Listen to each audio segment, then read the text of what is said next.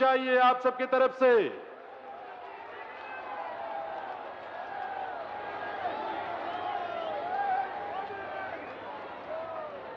और सबसे पहले बाबा साहब के चित्र पर पुष्पांजलि अर्पित करते हुए अपने श्रद्धांजलि और अपनी पुष्पांजलि अर्पित करेंगे माननीय प्रधानमंत्री महोदय, और हम सब अपने अपने स्थान पर खड़े रहते हुए नमन करेंगे बाबा साहब की स्मृतियों को।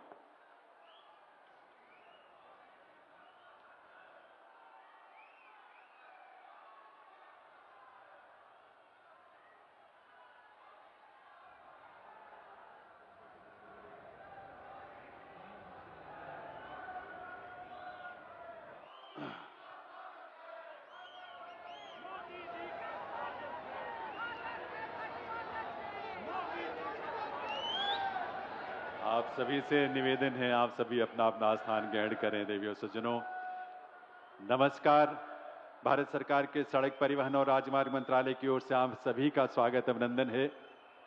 देवियों सज्जनों, आज का दिन उत्तराखंड राज्य के लिए ऐतिहासिक है, क्योंकि यह दिन इस देवभूमि को देश की राजधानी से और देश की राजधानी के माध्यम से पूरे देश से जोड़ने वाले दिल्ली देहरादून आर्थिक गलियारे के उद्घाटन का पुनीत दिन है। और इससे बड़ा सौभाग्य हम सबके लिए और क्या हो सकता है कि इसका उद्घाटन आज स्वयं देश के यशस्वी प्रधानमंत्री श्री नरेंद्र मोदी जी के करकमलों से होने जा रहा है। आइए गौरव के इन क्षणों की खुशी को अपनी जोरदार करतल ध्वनि से व्यक्त करें और अभिनंदन करें माननीय प्रधानमंत्री श्री नरेंद्र मोदी जी का। इस अवसर पर मंच पर गरिमामयी उपस्थिति है उत्तराखंड के माननीय राज्यपाल सेवानिवृत्त लेफ्टिनेंट जनरल गुरमीत सिंह जी की। राज्यपाल महोदय का स्वागत उत्तराखंड प्रदेश के माननीय मुख्यमंत्री श्री पुष्कर सिंह धामी जी का आप सबकी करतल ध्वनि के साथ ही स्वागत अभिनंदन केंद्रीय सड़क परिवहन और राजमार्ग मंत्री श्री नितिन गडकरी जी का और मंत्रालय में राज्य मंत्री श्री अजय टम्टा जी का। मंच पर विराजमान अन्य विभूतियों में शामिल हैं माननीय सांसद और भाजपा प्रदेश अध्यक्ष श्री महेंद्र भट्ट जी, पूर्व मुख्यमंत्री डॉक्टर रमेश पोखरियाल निशंक जी, श्री विजय बहुगुणा जी और श्री तीरथ सिंह रावत जी, उत्तराखंड विधानसभा के अध्यक्ष श्रीमती ऋतु खंडूरी भूषण जी, उत्तराखंड सरकार में माननीय मंत्री श्री सुबोध उनियाल जी, खजान दास जी, गणेश जोशी जी, मदन कौशिक जी, धन सिंह रावत जी, श्रीमती रेखा आर्या जी, सौरभ बहुगुणा जी, भरत सिंह चौधरी जी, प्रदीप बत्रा जी और श्री राम सिंह केड़ा जी। और साथ ही यहाँ विराजमान हैं माननीय सांसद श्री अनिल बलूनी जी, श्री अजय भट्ट जी, श्री नरेश बंसल जी और श्रीमती माला राज्य लक्ष्मी शाह जी। आप सभी विभूतियों का भी स्वागत, अभिनंदन है। देवियों सज्जनों, दिल्ली देहरादून आर्थिक गलियारा देहरादून से आरंभ होकर उत्तर प्रदेश से होते हुए दिल्ली तक जाता है, और इसीलिए आज इसी समय उत्तर प्रदेश और दिल्ली में भी भव्य समारोहों का आयोजन हो रहा है। उत्तर प्रदेश में सहारनपुर के निकट आयोजित कार्यक्रम में प्रदेश के माननीय मुख्यमंत्री श्री योगी आदित्यनाथ जी और अन्य गणमान्य अतिथि और विभूतियां वहां पर उपस्थित हैं। इसी प्रकार दिल्ली में आयोजित कार्यक्रम में वहां के माननीय मुख्यमंत्री श्रीमती रेखा गुप्ता जी, केंद्रीय सड़क परिवहन एवं राजमार्ग मंत्रालय में राज्य मंत्री श्री हर्ष मल्होत्रा जी और अन्य गणमान्य अतिथि और विभूतियां वहां विराजमान हैं। और ये दोनों ही सभा स्थल वर्चुअल मोड में हमारे साथ जुड़े हैं, जिनको स्क्रीन पर भी आप देख सकते हैं। एक बार आपकी करतल ध्वनि के साथ इन सभी विभूतियों का भी स्वागत, अभिनंदन है। मैं निवेदन करूंगा माननीय केंद्रीय सड़क परिवहन एवं राजमार्ग मंत्री श्री नितिन गडकरी जी से, वे माननीय प्रधानमंत्री महोदय का इस अवसर पर स्वागत करें, अभिनंदन करें। पहले शॉल भेंट करके आप सबकी बहुत ही सम्मान भरी करतल ध्वनि के साथ इस देवभूमि में पधारने पर माननीय प्रधानमंत्री महोदय का स्वागत, अभिनंदन और साथ ही एक स्मृति चिन्ह भेंट करने के लिए भी अनुरोध है। ये स्मृति चिन्ह ब्रह्म कमल है, देवभूमि उत्तराखंड का राज्य पुष्प, जो उत्तराखंड के बहुत ऊंचाई वाले हिस्सों में मिलता है। और अब मैं निवेदन करूंगा माननीय मुख्यमंत्री श्री पुष्कर सिंह धामी जी से, वे कृतज्ञ प्रदेशवासियों की तरफ से माननीय प्रधानमंत्री महोदय का आप सबकी करतल ध्वनि के साथ, आपकी तालियों के साथ स्वागत, अभिनंदन करें। पहले शॉल भेंट करके और उसके बाद एक स्मृति चिन्ह भेंट करके। देवियों सज्जनों, यह स्मृति चिन्ह एक सुंदर कलाकृति है जो पवित्र और प्रसिद्ध नंदा देवी राजजात यात्रा से संबंधित है। वंदन, अभिनंदन देश के यशस्वी प्रधानमंत्री श्री नरेंद्र मोदी जी का। देवियों सज्जनों, अब मैं अनुरोध करूंगा माननीय केंद्रीय सड़क परिवहन एवं राजमार्ग मंत्री श्री नितिन गडकरी जी से कि वे स्वागत संबोधन के लिए पधारें। इस अवसर पर माननीय श्री नितिन गडकरी जी से अनुरोध है प्रधानमंत्री महोदय का स्वागत करने के लिए अपने स्वागत संबोधन के साथ।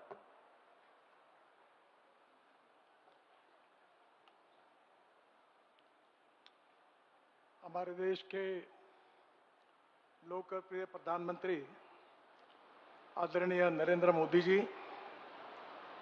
आदरणीय राज्यपाल महोदय, आदरणीय मुख्यमंत्री महोदय, मेरे विभाग के आदरणीय राज्य मंत्री अजय जी, पूर्व राज्यपाल, पूर्व मुख्यमंत्री, सभी मंत्रीगण, सांसदगण, विधायकगण और उपस्थित सभी भाइयों और बहनों, आज सबसे पहले सामाजिक समता के प्रेरणा स्रोत डॉक्टर बाबा साहेब अम्बेडकर जी को मैं अभिवादन करता हूं। आज मुझे खुशी है कि आज उत्तराखंड के लिए हमारे प्रधानमंत्री जी की ओर से ऐसी सौगात दी जा रही है जो उत्तराखंड के विकास को और गतिशीलता देने वाली है। मैं अक्सर एक बात याद रखता हूं कि American president John F Kennedy ji ने कहा था कि American roads are not good because America is rich, but America is rich because American roads are good. आज उत्तराखंड में दिल्ली देहरादून इस इकोनॉमिक कॉरिडोर का उद्घाटन प्रधानमंत्री करने जा रहे हैं। ये केवल आर्थिक कॉरिडोर नहीं है, तो ये उत्तराखंड के विकास को गति देने वाला, आर्थिक विकास के साथ साथ रोजगार को निर्माण करने वाला और पर्यटन को गतिशीलता देने वाला ऐसा प्रकल्प है। यह एक्सप्रेसवे बनने से देहरादून, हरिद्वार, ऋषिकेश सहित समूचे उत्तराखंड के लिए एक आर्थिक, सामाजिक और औद्योगिक विकास के लिए नए द्वार खुलने वाले हैं। इसकी लागत 12,000 करोड़ रुपए है। ये 213 kilometre 6 lane greenfield express highway है जो दिल्ली मेरठ एक्सप्रेस हाईवे से शुरू होकर अक्षरधाम से शास्त्री पार्क, खजूरी खास, बागपत, शामली, मुजफ्फरनगर, सहारनपुर से देहरादून तक आता है। अभी दिल्ली से देहरादून जाने के लिए 22 किलोमीटर डिस्टेंस भी कम होने वाला है। अभी 8 घंटे लगते हैं, अब ये सफर 2 से सवा 2 घंटे में हो जाएगा, जिसके कारण यहाँ के विकास के लिए बहुत गतिशीलता मिलेगी। सहारनपुर बाईपास से हरिद्वार तक 51 किलोमीटर 6 लेन का स्पर रोड जून में, उसका भी हम उद्घाटन करेंगे। गणेशपुर से देहरादून के बीच 12 किलोमीटर का एलिवेटेड कॉरिडोर है। उसके साथ हमने वाइल्ड लाइफ के लिए विशेष रूप से प्रोटेक्ट किया है। मुझे बहुत खुशी है कि ethics, economy, ecology and environment, ये तीनों हमारे सोसाइटी के महत्वपूर्ण पिलर है। एक तरफ विकास भी करना है और दूसरी ओर इकोलॉजी एंड एनवायरनमेंट को प्रोटेक्ट करना है। अभी प्रधानमंत्री जी ने बहुत अच्छे तरीके से निरीक्षण किया है। वहाँ के वाइल्ड लाइफ को प्रोटेक्ट करते हुए हमने ये चिंता की है कि पर्यावरण की रक्षा कैसे हो। इसके लिए अनेक नए नए चीजों का अनुकरण, इनिशिएटिव इस प्रोजेक्ट में हमने लिया है। मुझे खुशी है कि प्रधानमंत्री मोदी जी के नेतृत्व में जब हमारी सरकार आई, तब उन्होंने इंफ्रास्ट्रक्चर डेवलपमेंट के लिए सबसे ज्यादा प्राथमिकता दी और उस समय से अभी तक उत्तराखंड में करीब 1,30,000 करोड़ के प्रोजेक्ट हमने लिए। करीब 25,000 करोड़ की लागत के 2,461 किलोमीटर कार्य हमने पूरा किया है।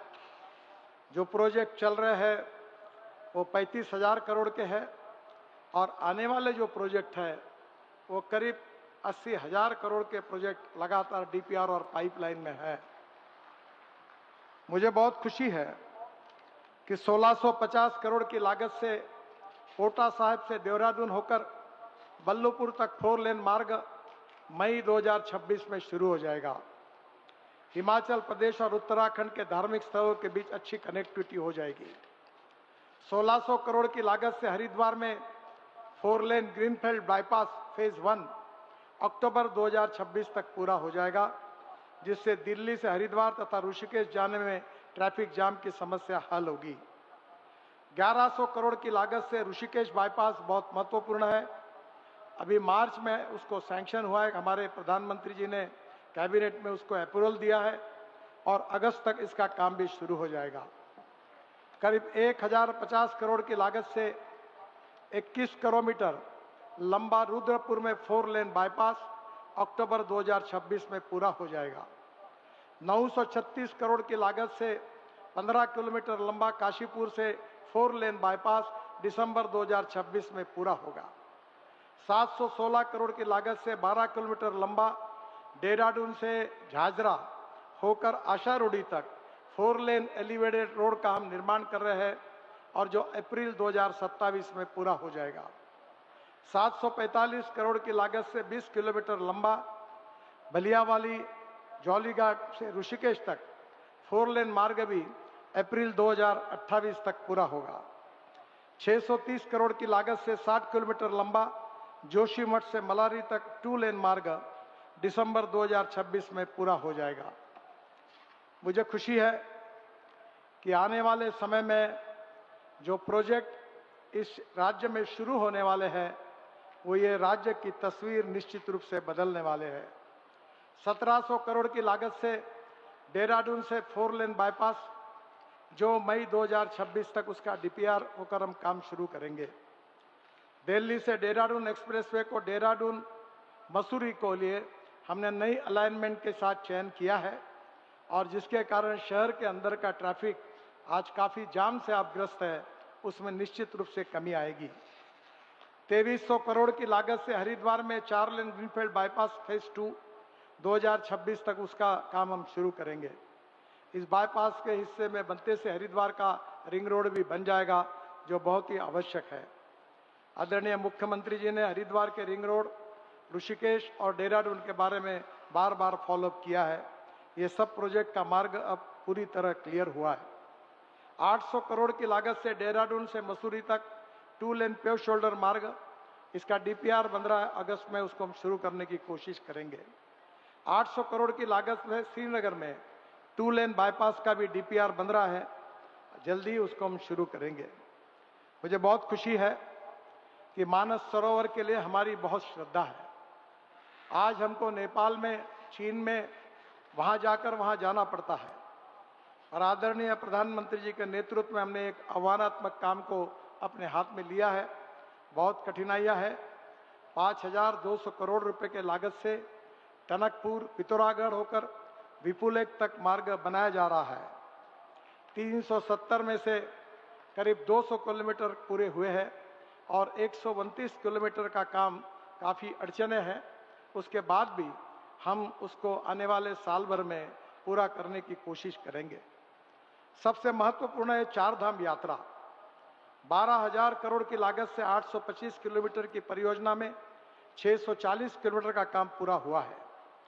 बद्रीनाथ धाम में 3800 करोड़ की लागत से ऋषिकेश से बद्रीनाथ धाम तक जो मार्ग है वो 255 किलोमीटर का काम पूरा हुआ है। 25 किलोमीटर का काम अगस्त 2027 तक पूरा होगा। केदारनाथ धाम में 1300 करोड़ की लागत से रुद्रप्रयाग से गौरीकुंड तक दिसंबर 2026 तक हम उसको शुरू करेंगे।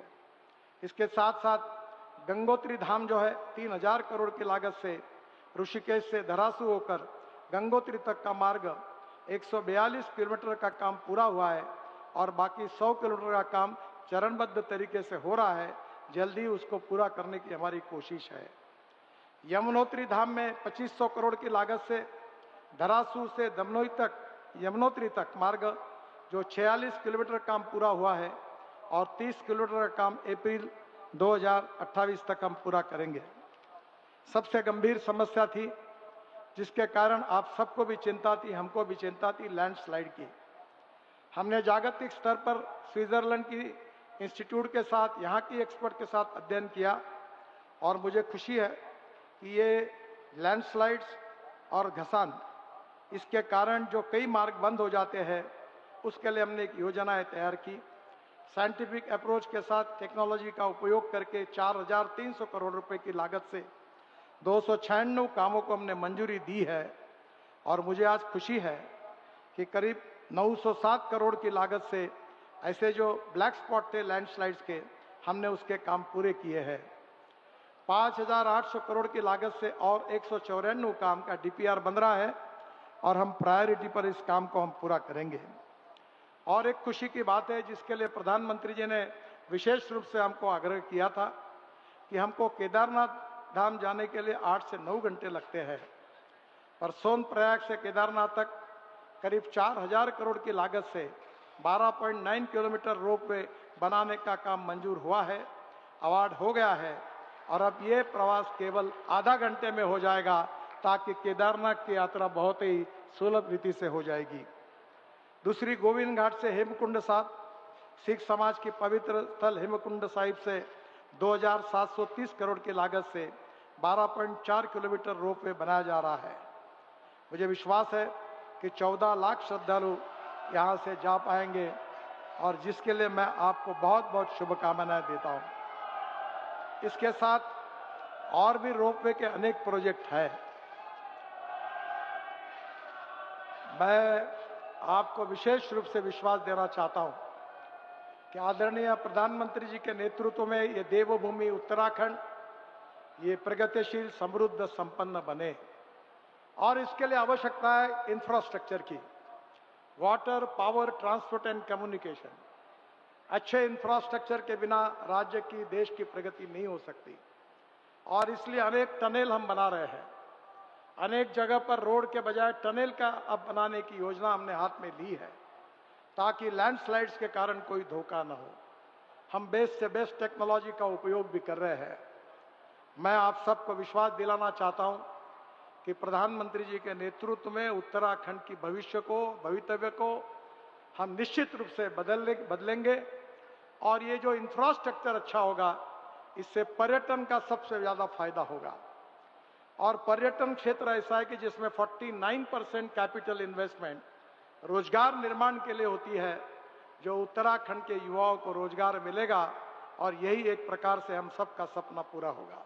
मैं फिर से एक बार उत्तराखंड की जनता को हृदय से बहुत बहुत बधाई देता हूं, अभिवादन करता हूं। और प्रधानमंत्री जी इस कार्यक्रम के लिए विशेष रूप से आए हैं, उनको और मंच पर बैठे हुए सभी अतिथियों को बहुत बहुत धन्यवाद देता हूं। नमस्कार।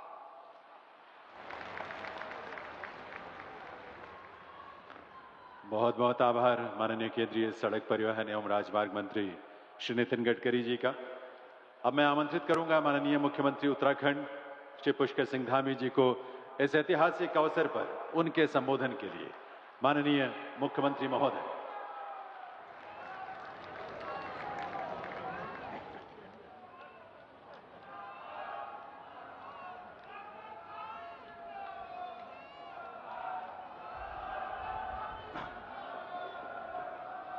भारत माता की, भारत माता की। मंच पर विराजमान नए भारत के शिल्पकार और विकसित भारत की भावना के ज्योतिपुंज को समस्त भारतवासियों के मानस पर अंकित करने वाले हम सभी के आदर्श आदरणीय प्रधानमंत्री श्री नरेंद्र मोदी जी, उत्तराखंड के माननीय राज्यपाल लेफ्टिनेंट जनरल श्री गुरमीत सिंह जी, अभी हम सब लोगों ने जिनको सुना, देश में रोड और इंफ्रास्ट्रक्चर के विकास में अद्वितीय योगदान देने वाले केंद्रीय सड़क परिवहन एवं राज्य मंत्री, राजमार्ग मंत्री आदरणीय श्री नितिन गडकरी जी, और कार्यक्रम में वर्चुअल माध्यम से जुड़े हुए उत्तर प्रदेश की राज्यपाल आनंदीबेन पटेल जी, उत्तर प्रदेश के मुख्यमंत्री आदरणीय योगी आदित्यनाथ जी, उप मुख्यमंत्रीगण, दिल्ली की मुख्यमंत्री बहन रेखा गुप्ता जी, केंद्रीय राज्य मंत्री अजय टम्टा जी, मंच पर आसीन हमारे सभी सम्मानित पूर्व मुख्यमंत्रीगण, राज्य मंत्रिमंडल के मेरे सभी सहयोगीगण, माननीय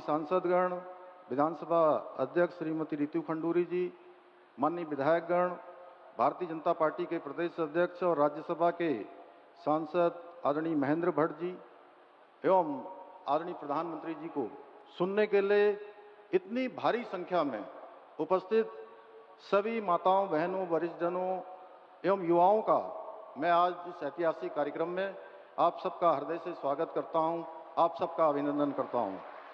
भाइयों बहनों, आदरणीय प्रधानमंत्री जी का प्रत्येक कार्यक्रम विशिष्ट होने के साथ साथ ऐतिहासिक भी होता है, परंतु आज का दिन कई मायनों में विशेष है।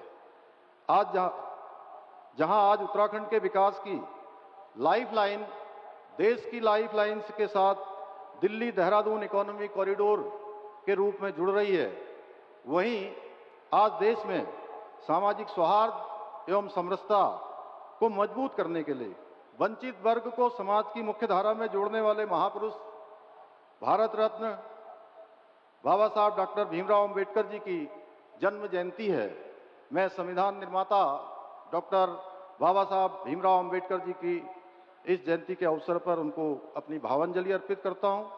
इसके साथ ही जहां आज भगवान सूर्य मेष राशि में प्रवेश कर रहे हैं और हमारे सिख भाई बहन खालसा पंथ की स्थापना के प्रतीक स्वरूप सिख नववर्ष मना रहे हैं, वहीं हमारे अन्नदाता प्रकृति की उपासना करते हुए बैसाखी पर्व को हर्षोल्लास से मना रहे हैं। मैं बैसाखी की भी आप सभी को हार्दिक बधाई एवं शुभकामनाएं देता हूं। भाइयों बहनों, 2014 से पूर्व का समय हम सभी को याद होगा, जब देश के विकास की गाड़ी पूरी तरह से थम चुकी थी, देशवासियों का उत्साह ठंडा पड़ चुका था, वरिष्ठ जन हताश और निराश थे, महिलाओं के आंसू सूख चुके थे, युवा पीढ़ी के कंधे झुक चुके थे और सेनाओं का मनोबल जवाब दे रहा था। ऐसे में देश की बागडोर जिन मजबूत हाथों में संभाली, वे राष्ट्र ऋषि आदरणीय प्रधानमंत्री नरेंद्र मोदी जी आज हम सब के बीच में उपस्थित हैं। मैं आप सब की तरफ से, अपनी तरफ से उनका एक बार जोरदार तालियों से आप सब उनका स्वागत करेंगे, अभिनंदन करेंगे। ये हमारा सौभाग्य है कि देवभूमि उत्तराखंड को आज उनके प्रधानमंत्री बनने के बाद 28वीं बार आदरणीय प्रधानमंत्री जी का स्वागत करने का शुभ अवसर प्राप्त हो रहा है। यह आदरणीय प्रधानमंत्री जी का हमारे राज्य के प्रति अगाध प्रेम का प्रतीक है। आदरणीय प्रधानमंत्री जी जब भी उत्तराखंड आए हैं, देवभूमि उत्तराखंड के लिए कोई न कोई विशेष सौगात लेकर अवश्य आए हैं। चाहे बाबा केदार की पुण्य धरा से 21वीं सदी का तीसरा दशक उत्तराखंड का दशक होगा कहकर हमारा उत्साह बढ़ाना हो, या जिसको भारत का अंतिम गांव कहा जाता था, सीमांत गांव माणा में आकर उसे देश का प्रथम गांव घोषित करना हो, या इन्वेस्टर समिट के उद्घाटन के अवसर पर बेड इन उत्तराखंड का संदेश देना हो, या महादेव के पवित्र तीर्थ आदि कैलाश के दर्शन कर इस तीर्थ की सुंदरता को विश्व पटल पर रखना हो, राष्ट्रीय खेलों के उद्घाटन समारोह में पधारकर पूरे देश के समक्ष देवभूमि को खेल भूमि के रूप में नई पहचान दिलाना हो, या हर्षिल मुखवा की धरती से शीतकालीन पर्यटन को बढ़ावा देने का आह्वान करना हो, या फिर राज्य के रजत जयंती वर्ष के अवसर पर अगले 25 वर्षों के लिए राज्य को एक नया विजन देना हो। आपका देवभूमि में आगमन देवभूमि के लिए हमेशा शुभ एवं कल्याणकारी हो रहा है। और आज जब आप पुनः उत्तराखंड आए हैं तो 12,000 करोड़ रुपए की लागत से बने एशिया के सबसे लंबे एलिवेटेड वाइल्ड लाइफ कॉरिडोर की सौगात लेकर आए हैं। इसके लिए उत्तराखंड के सभी प्रदेशवासियों की ओर से मैं आपका हृदय तल से आपका धन्यवाद करता हूं। आदरणीय प्रधानमंत्री जी, आज आपके नेतृत्व एवं मार्गदर्शन में उत्तराखंड देश का श्रेष्ठ राज्य बनने के अपने विकल्प रहित संकल्प को पूरा करने के लिए विकास भी और विरासत भी की अवधारणा के अनुरूप प्रत्येक क्षेत्र में काम कर रहा है। और मैं आपको पूरा विश्वास दिलाता हूं कि हम आपके नेतृत्व में आपने इस लक्ष्य को प्राप्त करने में अवश्य सफल रहेंगे। साथ ही 2022 के विधानसभा चुनाव की भांति 2027 के चुनाव में भी वीर भूमि उत्तराखंड में भारतीय जनता पार्टी की राष्ट्रवादी विचारधारा वाली सरकार बनाने में सफल होंगे। समय की बाध्यता के कारण अधिक न कहते हुए कविता की इन पंक्तियों के साथ आदरणीय प्रधानमंत्री जी का पुनः धन्यवाद करते हुए मैं अपनी बात समाप्त करता हूं।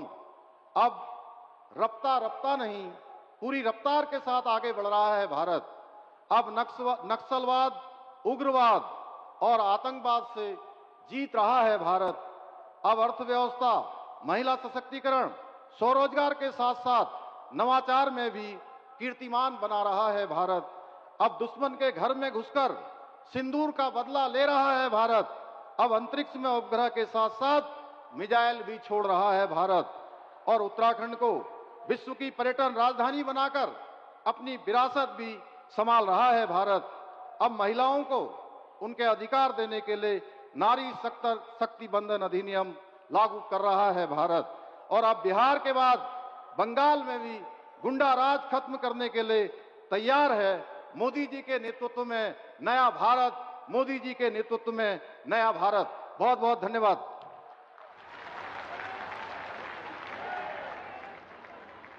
बहुत बहुत आभार माननीय मुख्यमंत्री उत्तराखंड श्री पुष्कर सिंह धामी जी का। देवियों सज्जनों, आज की इस पुनीत बेला में अब समय है दिल्ली देहरादून आर्थिक गलियारे के चारों चरणों के उद्घाटन का। मैं विनम्र निवेदन करूंगा माननीय प्रधानमंत्री श्री नरेंद्र मोदी जी से रिमोट का बटन दबाकर दिल्ली देहरादून आर्थिक गलियारे का उद्घाटन करने की कृपा करें अपने कर कमलों से।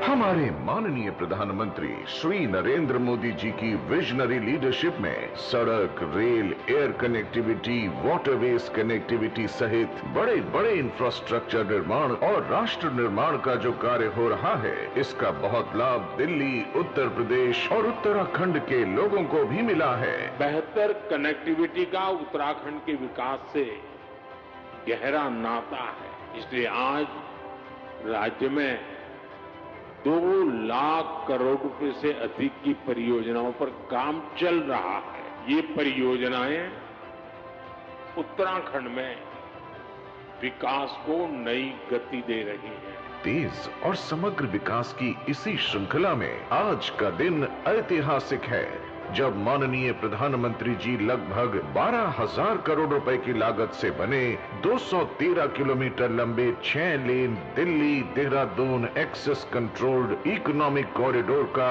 उद्घाटन कर रहे हैं।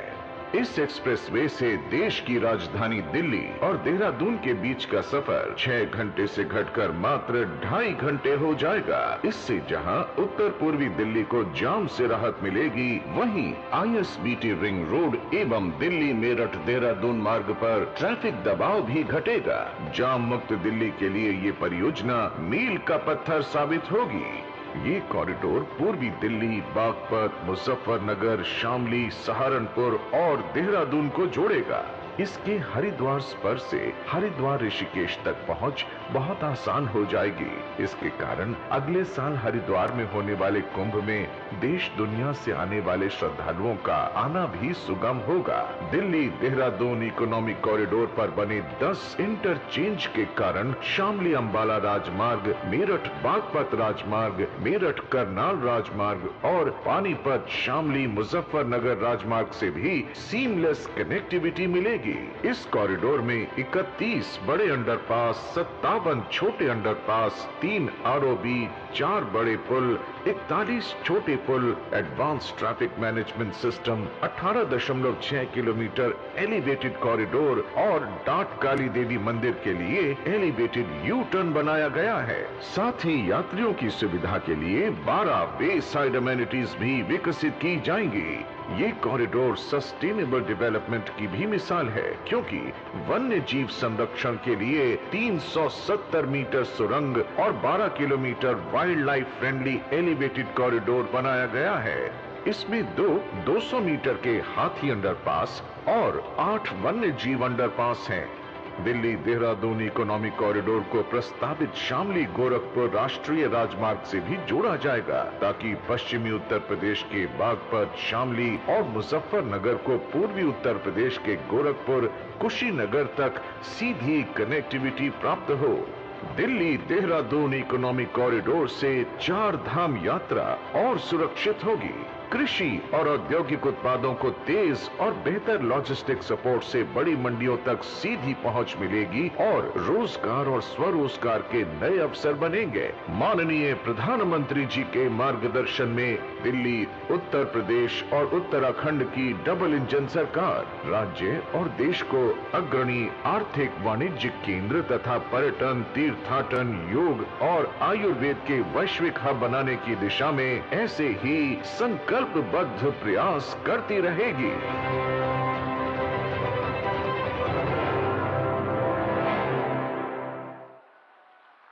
आप सभी को बधाई दिल्ली देहरादून आर्थिक गलियारे के उद्घाटन के लिए। देवियों सज्जनों, 21वीं सदी भारत की सदी है।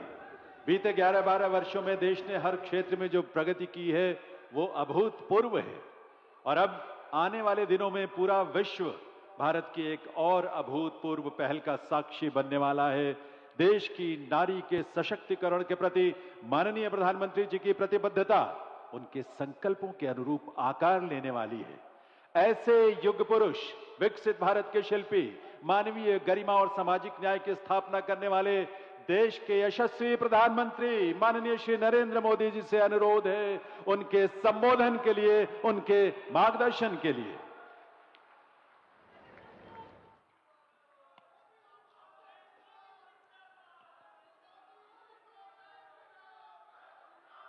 भारत माता की, भारत माता की, भारत माता की। उत्तराखंड के राज्यपाल गुरमत सिंह जी, यहां के लोकप्रिय और कर्मठ युवा मुख्यमंत्री पुष्कर सिंह धामी जी, केंद्रीय मंत्रिमंडल के मेरे साथी नितिन गडकरी जी, अजय टम्टा जी, टेक्नोलॉजी के माध्यम से जुड़े उत्तर प्रदेश के मुख्यमंत्री योगी आदित्यनाथ जी, गवर्नर आनंदीबेन, दिल्ली की मुख्यमंत्री रेखा गुप्ता जी, मंच पर उपस्थित प्रदेश भाजपा अध्यक्ष महेंद्र भट्ट जी, पूर्व राज्यपाल भगत सिंह कोश्यारी जी, पूर्व मुख्यमंत्री भाई रमेश पोखरियाल, विजय बहुगुणा जी, तीरथ सिंह रावत जी, त्रिवेंद्र सिंह रावत जी, उत्तराखंड सरकार के सभी मंत्रीगण, सांसद और विधायकगण और विशाल संख्या में पधारे मेरे प्यारे भाइयों बहनों, देवभूमि उत्तराखंड की इस पावन धरती पर आप सभी को मेरा प्रणाम। बहुत बड़ी संख्या में आए हुए पूज्य संतगण को भी प्रणाम। उत्तराखंड का प्यारा भूलों, भैबंदों, बावड़ी, भूलियों, शाना बुजुर्गों, आप सबूते नमस्कार। मेरो प्यारो दाजी भाई, दीदी बहनी, आमा बाबा, सबई लाई मेरो तरफ देखी ठोक दिन छो। इस कार्यक्रम से टेक्नोलॉजी के जरिए भी दिल्ली, यूपी से अनेक लोग जुड़े हैं। मैं सभी का अभिनंदन करता हूं। सबसे पहले तो मैं आप सबकी क्षमा चाहता हूं उत्तर प्रदेश और दिल्ली के कार्यक्रम में जुड़े हुए लोगों की भी क्षमा मांगता हूं कि मुझे यहां पहुंचने में 1 घंटे से भी ज्यादा देर हो गई। सब स्थान पर लंबे समय तक आप सबको इंतजार करना पड़ा और कारण यही था, मैं निकला तो समय पर था, लेकिन करीब करीब 12 किलोमीटर का रोड शो काली मंदिर से लेकर के यहां तक, इतना उत्साह, इतना उमंग कि मेरे लिए तेज गति से गाड़ी चलाना बड़ा मुश्किल हो गया। तो धीरे धीरे लोगों को प्रणाम करते करते, जनता जनार्दन के आशीर्वाद लेते लेते यहां पहुंचने में मुझे 1 घंटे से भी ज्यादा देर हो गई और इसके लिए मैं आपकी क्षमा मांगता हूं।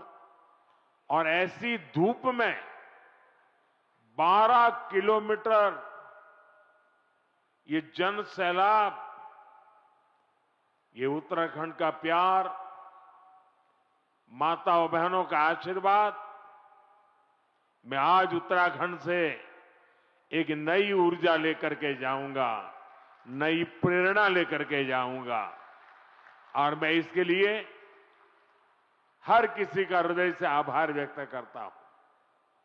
साथियों, आज देश में पर्व त्योहार की उमंग है। विभिन्न विश्वों में नववर्ष का आगमन हुआ है। मैं देशवासियों को बैसाखी, बोहाग बिहू और पुथांडु की शुभकामनाएं देता हूं। साथियों, अगले कुछ ही दिनों में यमुनोत्री, गंगोत्री, बाबा केदारनाथ, बद्रीनाथ धाम की यात्रा भी शुरू होने जा रही है। इस पवित्र समय का देश के कोटि कोटि आस्थावान श्रद्धा भाव से इंतजार करते हैं।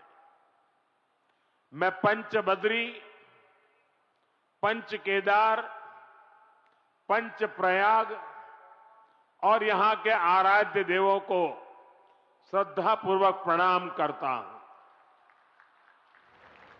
मैं संतला माता को भी नमन करता हूं। यहां आने से पहले मुझे मां डाट काली के दर्शन करने का सौभाग्य मिला है। देहरादून शहर पर मां डाट काली की बड़ी कृपा है। दिल्ली देहरादून इकोनॉमिक कॉरिडोर के इतने बड़े प्रोजेक्ट्स को पूरा करने में माता डाट काली का आशीर्वाद बहुत बड़ी शक्ति रहा है। साथियों, उत्तराखंड राज्य अपनी स्थापना के 25 वर्ष पूरा करने के साथ ही 26वें वर्ष में प्रवेश कर चुका है। आज दिल्ली देहरादून एक्सप्रेसवे के उद्घाटन के साथ इस प्रगति में एक और बड़ी उपलब्धि जुड़ी है। आपको याद होगा, बाबा केदार के दर्शन के बाद मेरे मुंह से अनायास निकला था कि इस शताब्दी का तीसरा दशक उत्तराखंड का दशक होगा। मुझे बहुत खुशी है कि डबल इंजन सरकार की नीतियां और उत्तराखंड के लोगों के परिश्रम से ये युवा राज्य विकास के नए आयाम जोड़ रहा है। ये प्रोजेक्ट भी उत्तराखंड के विकास को नई गति देगा। इस एक्सप्रेसवे का बहुत बड़ा हिस्सा यूपी से होकर गुजरता है। इससे गाजियाबाद, बागपत, बड़ौद, शामली और सहारनपुर जैसे अनेक शहरों को भी बहुत फायदा होगा। टूरिज्म के लिहाज से ये प्रोजेक्ट बहुत अहम है। मैं पूरे देश को इस प्रोजेक्ट की बहुत बहुत बधाई देता हूं। साथियों, आज डॉक्टर बाबा साहब आम्बेडकर की जयंती भी है। मैं बाबा साहब को कोटि कोटि देशवासियों की ओर से श्रद्धांजलि अर्पित करता हूं। बीते दशक में हमारी सरकार ने जो नीतियां बनाई, जो निर्णय लिए, वो संविधान की गरिमा को पुनः स्थापित करने वाले रहे हैं। आर्टिकल 370 हटने के बाद आज पूरे देश में भारत का संविधान लागू है। जिन दर्जनों जिलों में माओवाद, नक्सलवाद खत्म हुआ है, वहां भी अब संविधान की भावना के अनुरूप काम हो रहा है। देश में समान नागरिक संहिता लागू हो, यह हमारे संविधान की अपेक्षा है। उत्तराखंड ने संविधान की इस भावना को आगे बढ़कर और उस भावना को आगे बढ़ाकर पूरे देश को राह दिखाई है। साथियों, बाबा साहब का जीवन गरीबों को, वंचितों को, शोषितों को न्यायपूर्ण व्यवस्था देने के लिए समर्पित था। हमारी सरकार आज उसी भावना के साथ हर गरीब, हर वंचित को सच्चा सामाजिक न्याय देने में जुटी है। और सामाजिक न्याय का एक बहुत बड़ा माध्यम देश का संतुलित विकास है। सबको सुविधा है, सबकी समृद्धि है। इसलिए ही बाबा साहब आधुनिक इंफ्रास्ट्रक्चर की, औद्योगिकरण की भरपूर वकालत करते थे। साथियों, भविष्य की दशा और दिशा क्या होगी, अक्सर लोग इसके लिए हाथ की रेखाओं को दिखाते हैं। जो भविष्यवेत्ता होते हैं ना, वो हस्तरेखाएं देखते हैं और हर व्यक्ति के भविष्य के विषय में बताते हैं। मैं इस विज्ञान को तो नहीं जानता हूं, लेकिन कहते हैं कि ये भी एक शास्त्र है। अब ये तो हो गई व्यक्ति के भाग्य की, जो उसके हाथ में रेखाएं हैं, उसकी बात। लेकिन मैं अगर इसी संदर्भ को राष्ट्र जीवन से जोड़ करके देखूं, तो राष्ट्र की भाग्य रेखाएं कौन सी होती है? राष्ट्र की भाग्य रेखाएं ये हमारी सड़कें होती हैं, हमारे हाईवे होते हैं, हमारे एक्सप्रेस वे होते हैं, एयरवे, रेलवे, वाटरवे, ये हमारे राष्ट्र की भाग्य रेखाएं होती है। और बीते एक दशक से हमारा देश विकसित भारत बनाने के लिए विकास की ऐसी ही भाग्य रेखाओं के निर्माण में जुटा हुआ है। ये विकास की भाग्य रेखाएं सिर्फ आज की सुविधाएं नहीं है, ये आने वाली पीढ़ियों की समृद्धि की गारंटी है। और ये मोदी की भी गारंटी है। बीते दशक से हमारी सरकार राष्ट्र के इन विकास रेखाओं पर अभूतपूर्व निवेश कर रही है। मैं आपको एक आंकड़ा देता हूं। अभी नितिन जी ने बहुत सारे आंकड़े सिर्फ उत्तराखंड से संबंधित बताए आपको। देखिए, साल 2014 तक ऐसे इंफ्रास्ट्रक्चर के लिए साल में पूरे देश में 2 लाख करोड़ रुपए भी खर्च नहीं होते थे। ये मैं पूरे हिंदुस्तान की बात बताता हूं। 2 लाख करोड़ भी नहीं होते थे। आज ये 6 गुना अधिक 12 लाख करोड़ रुपए से भी ज्यादा हो चुका है। यहां उत्तराखंड में ही 2.25 लाख करोड़ रुपए से अधिक के इंफ्रास्ट्रक्चर प्रोजेक्ट पर काम जारी है। 2014 के पहले पूरे देश के लिए 2 लाख करोड़, आज अकेले उत्तराखंड के लिए 2.25 लाख करोड़ रुपया। कभी उत्तराखंड के गांव में सड़क के इंतजार में पीढ़ियां बदल जाती थी। आज डबल इंजन सरकार के प्रयासों से अब सड़क गांव तक पहुंच रही है। जो गांव पहले वीरान पड़ गए थे वो फिर से जीवंत हो रहे हैं।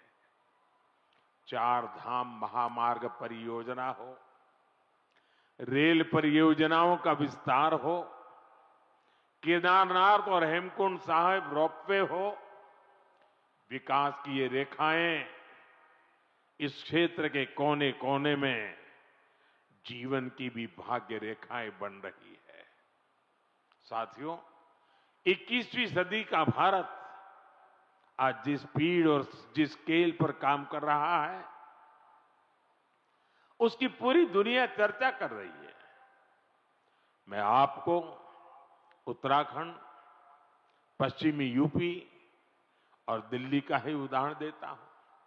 कुछ सप्ताह पहले ही दिल्ली मेट्रो का विस्तार हुआ, मेरठ में मेट्रो सेवा की शुरुआत हुई, दिल्ली मेरठ नमो भारत रेल देश को समर्पित की गई, नोएडा इंटरनेशनल एयरपोर्ट की शुरुआत हुई, हवाई जहाजों के लिए एमआरओ फैसिलिटी पर काम शुरू हुआ और आज देहरादून दिल्ली एक्सप्रेसवे शुरू हो रहा है। साथियों, इतने छोटे से रीजन में ये सब इतने कम समय में हो रहा है। कल्पना कीजिए देश में कितने बड़े पैमाने पर इंफ्रास्ट्रक्चर बन रहा है। और इसलिए मैं कहता हूं 21वीं सदी का भारत आधुनिक इंफ्रास्ट्रक्चर के जिस नए युग में प्रवेश कर रहा है वो अभूतपूर्व है, अकल्पनीय है। साथियों, आज भारत के अलग अलग हिस्सों को जोड़ने वाले अनेक इकोनॉमिक कॉरिडोर्स उस पर काम चल रहा है। जैसे Delhi Mumbai industrial corridor, Bengaluru Mumbai industrial corridor, east coast economic corridor, Amritsar Kolkata industrial corridor, ऐसे बहुत से इकोनॉमिक कॉरिडोर देश में बनाए जा रहे हैं। इकोनॉमिक कॉरिडोर प्रगति के नए द्वार है, गेटवे हैं, डोर है और इनसे उम्मीदों की डोर भी जुड़ी हुई है। ये इकोनॉमिक कॉरिडोर सड़क के अलावा नए नए व्यापार कारोबार का मार्ग बनाते हैं।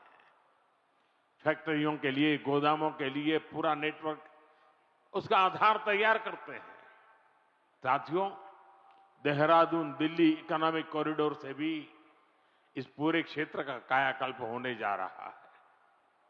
पहला फायदा तो यह है कि इससे समय बचेगा, आना जाना सस्ता और तेज होगा, लोगों का पेट्रोल डीजल कम खर्च होगा, किराया भाड़ा कम होगा और दूसरा बड़ा फायदा रोजगार का होगा।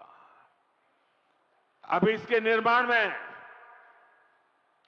12,000 करोड़ रुपए खर्च हुए तो हजारों श्रमिकों को काम मिला है। साथ ही जो इंजीनियर है, अन्य स्किल्ड वर्कफोर्स है, ट्रांसपोर्ट है, उससे जुड़े साथी हैं, उनको भी बहुत बड़ी मात्रा में काम मिला है। किसानों और पशुपालकों की उपज भी अब तेज गति से बड़ी मंडियां और बड़े बाजारों तक पहुंचेगी। साथियों, इस शानदार एक्सप्रेसवे से उत्तराखंड के टूरिज्म को बहुत ही बड़ा फायदा देगा। देहरादून, हरिद्वार, ऋषिकेश, मसूरी और 4 धाम यात्रा के लिए ये सबसे प्रमुख मार्ग बनेगा। और हम सभी जानते हैं जब टूरिज्म का विकास होता है तो हर कोई कुछ न कुछ कमाता है। होटल हो, ढाबे वाले हो, टैक्सी हो, ऑटो हो, होम स्टे हो, सबको इसका फायदा होता है। साथियों, मुझे खुशी है कि आज Uttarakhand winter tourism, winter sports और मेड इन इंडिया शादी के लिए बहुत बेहतरीन डेस्टिनेशन बनता जा रहा है। साथियों, उत्तराखंड की अर्थव्यवस्था के लिए बारहमासी पर्यटन बहुत जरूरी है और इसलिए मेरा सर्दियों में होने वाली धार्मिक यात्राओं को लेकर बहुत आग्रह रहा है और मुझे खुशी है कि हर साल इन यात्राओं में लोगों की संख्या बढ़ रही है। आपको याद होगा, मैं 2023 में आदि कैलाश और ओम पर्वत की यात्रा पर गया था। पहले बहुत जाता था, बीच में बिल्कुल जा नहीं पाया।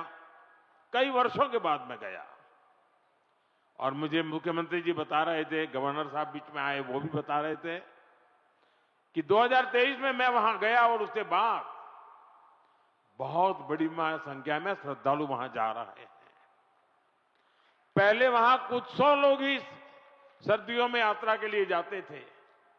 साल 2025 में करीब करीब 40,000 से अधिक लोगों ने इन पवित्र स्थानों की यात्रा की। कभी 1,000 नहीं होते थे, अगर 40,000 पहुंचते हैं तो यहां के लोगों की रोजी रोटी की कितनी बड़ी ताकत आ जाती है। इसी तरह 2024 में शीतकालीन चारधाम यात्रा में करीब 80,000 श्रद्धालु आए थे। 2025 में यह संख्या 1.5 लाख पार कर चुकी है। साथियों, हम ऐसा विकसित भारत बनाने में जुटे हैं जहां प्रगति भी हो, प्रकृति भी हो और संस्कृति भी हो। और इसलिए आज होने वाले हर निर्माण को इन्हीं त्रिवेणी, प्रगति, प्रकृति और संस्कृति की त्रिवेणी, इन्हीं मूल्यों के आधार पर विकसित किया जा रहा है। इंफ्रास्ट्रक्चर से इंसानों को भी सुविधा हो और वहां रहने वाले वन्य जीवों को भी असुविधा न हो, ये हमारा प्रयास है। और इसलिए ही इस एक्सप्रेस वे पर करीब 12 किलोमीटर लंबा एलिवेटेड वाइल्ड लाइफ कॉरिडोर भी बनाया गया है। हाथियों को भी असुविधा न हो, इसका भी ध्यान रखा गया है। वैसे साथियों, मैं आज देश भर के सभी पर्यटकों और तीर्थयात्रियों से भी एक आग्रह करना चाहता हूं। हमारे पहाड़, ये वन क्षेत्र, ये देवभूमि की धरोहर, ये बहुत ही पवित्र स्थान है। ऐसे स्थानों को साफ सुथरा रखना ये हम सभी का कर्तव्य है, यहां रहने वालों का भी और यात्री के रूप में आने वालों का भी। इन इलाकों में प्लास्टिक की बोतलें, कूड़े कचरे का ढेर, ये देवभूमि की पवित्रता को ठेस पहुंचाता है। इसलिए बहुत आवश्यक है कि हम देवभूमि के इन स्थलों को, हमारे इन तीर्थ स्थलों को स्वच्छ रखें, सुंदर रखें। साथियों, अगले वर्ष हरिद्वार में कुंभ का भी आयोजन होना है। हमें आस्था के इस संगम को दिव्य, भव्य और स्वच्छ बनाने में कोई कोर कसर बाकी नहीं छोड़नी है। साथियों, उत्तराखंड में नंदा देवी राज जात यात्रा भी होती है। ये आस्था का उत्सव तो है ही, ये हमारी सांस्कृतिक चेतना का भी जीवंत उदाहरण है, जहां मां नंदा को बेटी मानकर पूरे सम्मान के साथ विदा किया जाता है। इस यात्रा में बहनों बेटियों की भागीदारी इसे विशेष बनाती है। मैं मां नंदा को प्रणाम करते हुए देश भर की बहनों बेटियों को भी विशेष संदेश देना चाहता हूं। विकसित भारत के निर्माण में आपकी बहुत बड़ी भूमिका है। इस देश की बेटियों की, इस देश की माताओं की, बहनों की बहुत बड़ी भूमिका मैं देख रहा हूं। और बहनों बेटियों की सुविधा, सुरक्षा और लोकतंत्र में भागीदारी, ये डबल इंजन सरकार की बहुत बड़ी प्राथमिकता है। आप अभी देख रही हैं कि दुनिया में कितना बड़ा संकट आया है। इसे दुनिया के विकसित देशों में भी कितना हाहाकार मचा है। ऐसी मुश्किल हालत में भी सरकार का निरंतर प्रयास है कि हमारी बहनों को कम से कम परेशानी हो। साथियों, बहनों बेटियों की भागीदारी का एक और महत्वपूर्ण पड़ाव अब देश के सामने है। 4 दशकों के इंतजार के बाद संसद ने नारी शक्ति वंदन अधिनियम पारित किया था। इससे विधानसभा और लोकसभा में महिलाओं के लिए 33% आरक्षण तय हो गया। सभी दलों ने आगे आकर इस महत्वपूर्ण कानून को समर्थन दिया। अब महिलाओं को ये जो हक मिला है ना, इस हक को लागू करने में देर नहीं होनी चाहिए। अब ये लागू होना चाहिए। अब जो 2029 में लोकसभा के चुनाव होंगे और तब से लेकर के आगे विधानसभा के भी चुनाव आते रहेंगे, जो भी चुनाव आते रहेंगे 2029 से ही ये लागू हो जाना चाहिए। ये देश की भावना है, ये देश की हर बहन बेटी की इच्छा है। मातृशक्ति की इसी इच्छा को नमन करते हुए 16 अप्रैल से संसद में विशेष चर्चा तय की गई है। देश की बहनों बेटियों के हक से जुड़े इस काम को सभी राजनीतिक दल मिलकर के सर्वसम्मति से आगे बढ़ाएं, उसको पूरा करें। और मैंने आज देश की सभी बहनों के नाम एक खुला पत्र लिखा है। सोशल मीडिया में शायद ये मेरा पत्र आप तक पहुंचा होगा। हो सकता है टीवी और अखबार वाले भी इस पत्र का जिक्र करते होंगे। मैंने बड़े आग्रह के साथ देश की माताओं बहनों को इस कार्य में भागीदार बनने के लिए निमंत्रित किया है।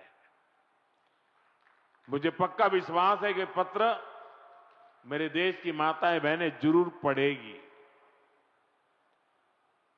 एक एक शब्द पर मनन करेगी और इतना बड़ा पवित्र कार्य करने के लिए 16, 17, 18 को संसद में आने वाले सभी सांसदों को उनके आशीर्वाद भी मिलेंगे।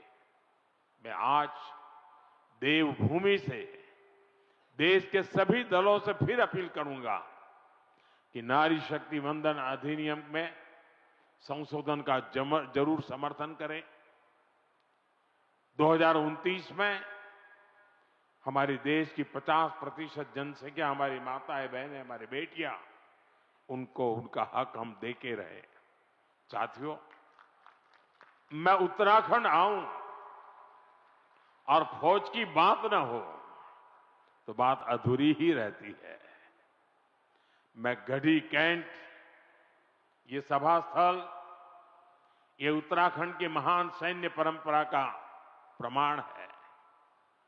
यहां पास ही देश की रक्षा सुरक्षा से जुड़े कई संस्थान हैं। 1962 की लड़ाई में शहीद जसवंत सिंह जी रावत जी के शौर्य को देश कभी भुला नहीं सकता। साथियों, सेना के सामर्थ्य को सशक्त करना हो या हमारे सैनिक परिवारों की सुविधा और सम्मान हो, हमारी सरकार इसके लिए निरंतर प्रयासरत है। वन रैंक वन पेंशन के माध्यम से हमारी सरकार ने अब तक करीब 1.25 लाख करोड़ रुपए पूर्व फौजियों को उनके खाते में जमा कर दिए हैं। उत्तराखंड के भी हजारों परिवारों को इसका लाभ मिला है। इसके अलावा इस वर्ष पूर्व फौजियों के लिए हेल्थ स्कीम का बजट भी 36% बढ़ाया गया है। 70 वर्ष और इससे अधिक के एक्स सर्विसमैन के लिए दवाइयों की डोर स्टेप होम डिलीवरी भी शुरू की गई है।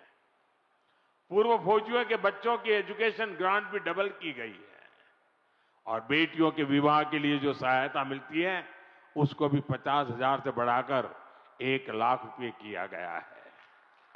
साथियों, देशभक्ति, देवभक्ति और प्रगति ऐसे हर आयाम को जोड़ते हुए हमें देश को विकसित बनाना है। एक बार फिर दिल्ली वासियों को, उत्तर प्रदेश वासियों को और एक प्रकार से देशवासियों को इस शानदार एक्सप्रेसवे की मैं बहुत बहुत शुभकामनाएं देता हूं। मेरे साथ बोलिए, भारत माता की, भारत माता की, वंदे वंदे वंदे वंदे वंदे वंदे वंदे। बहुत बहुत धन्यवाद।